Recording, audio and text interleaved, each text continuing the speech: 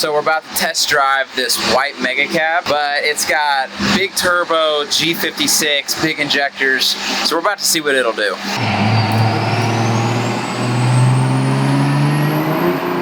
There it goes.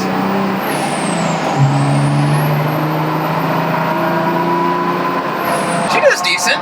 Yeah. Incredibly smoky. Yeah, very smoky. But, you know, people like those big singles, right?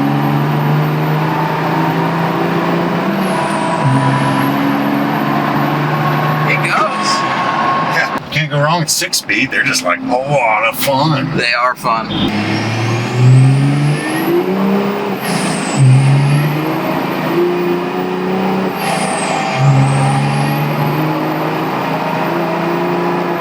Yeah, the hard thing about the 6-speed is that right when you're getting into boost, you have to shift. And so you lose it.